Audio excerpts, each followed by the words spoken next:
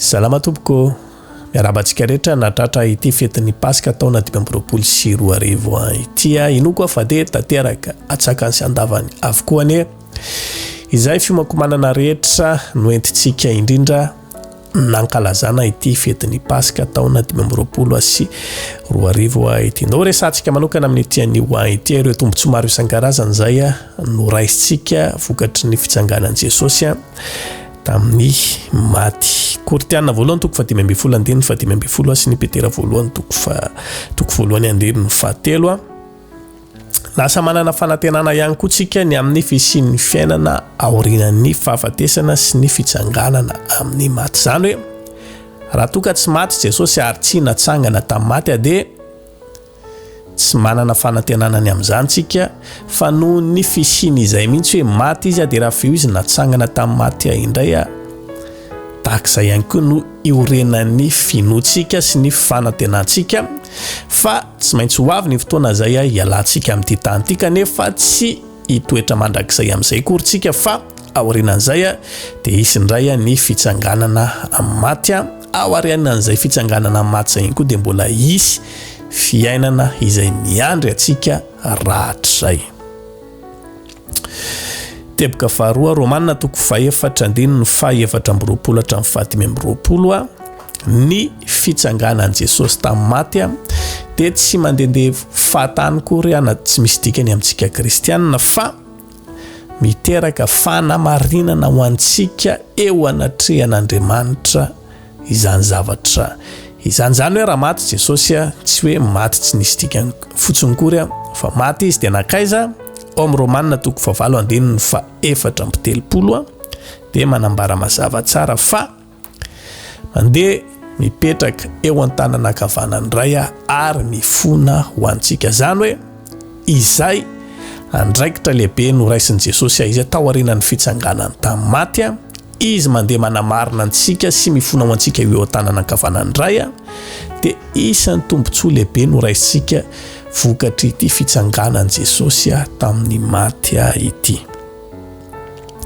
Teboka manaraka Romanina toko 1:4 fanehoana ny maha Andriamanitra azy. Tsy manana ny natioran'Andriamanitra mihitsy izy raha toka tsy nitsangana tamin'ny maty ary tsy misy dikany zany zay antony ivavahantsika sy itorintsika azy etseroa raha toka izy kay tsy manana ny natiora mahandriamanitra. Atsika tsy milaza kory hoe izy no Andriamanitra raha efa samy hafa mihitsy zany hoe manana ny natiora mahandriamanitra. Zany hoe izy de azo antsoina hoe Andriamanitra tahaka ny Andriamanitra ray tahaka ny fanamasina satria manana mafeno ny fipetra amin'ny maha Andriamanitra azy izy tao aorianan'ny fitsanganany tamin'ny maty.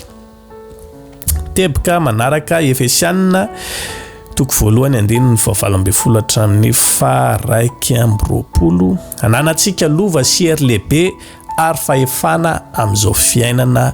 izao. Maty Jesosy de nitsangana tamin'ny maty izy tsy nandehandeha ho azy zany fa misy tombotsoa lehibe zay ndraisitsika tao anatin'izany rehetrarehetra zany de lasa manana lovontsika aloha ny amin'izay fahafatesana zay satria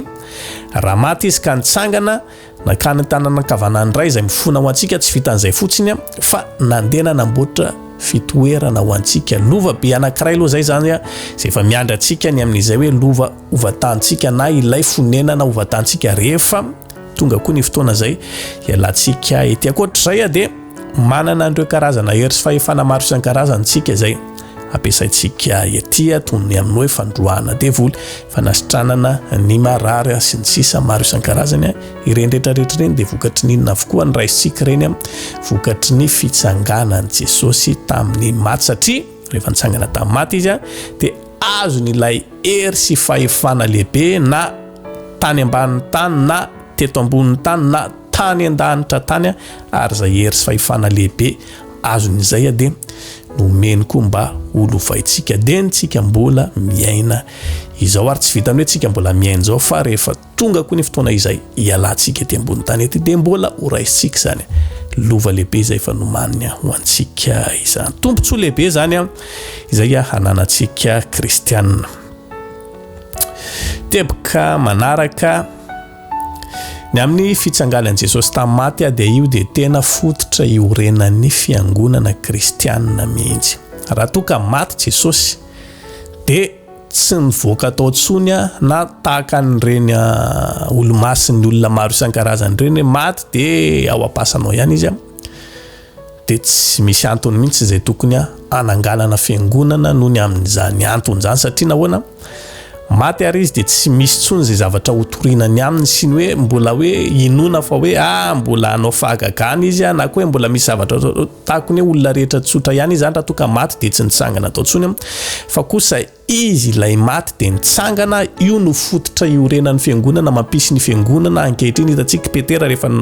nanomboka nitory teny tao amin'ny asan'ny apôstôly rehefa maty Jesosy dia nitsangana tamin'ny maty dia lasa Jesosy nandeha nanomboka nitory teny amin'izay Petera sy ireo apôstôly maro isan-karazany noho ny amin'inona noho ny amin'izay fahafatesan'i Jesosy sy ny fitsanganany tamin'ny maty izay fototra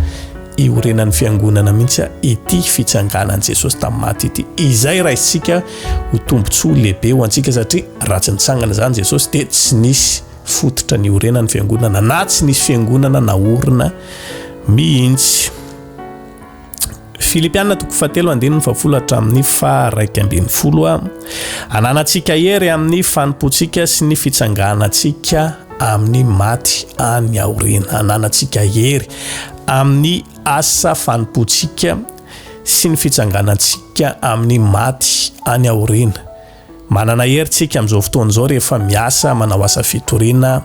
manasitrana marary mandroaka ny devoly efa noresahana teo sy nireny mivavaka ho an'ny olona manana olana ireny tsy vokatry ny herintsika na ny fahalalantsika na ny fahaizantsika fa vokatry ny herin'ny fitsanganan'i Jesosy tamin'ny maty. Averiko foana ny amin'ny hoe herin'ny fitsanganan'i Jesosy tamin'ny maty satria rehefa nitsangana tamin'ny maty izy vao azony ilay hery sy fahefana lehibe na tany ambany tany na teto ambony tany na hatrany an-tany dia izay hery izay ihany no nampitany ihany koa makaty amintsika. Ankoatr'izay dia izay ihany koa no ananantsika hery amin'ny fitsanganana amin'ny maty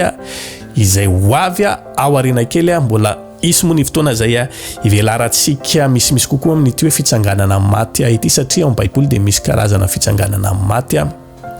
maro isan-karazany ary dia ho resantsika amin'izay fotoana izay hoe aiza ho aiza no toerana mety isy antsika fa amin'izay fotoana izay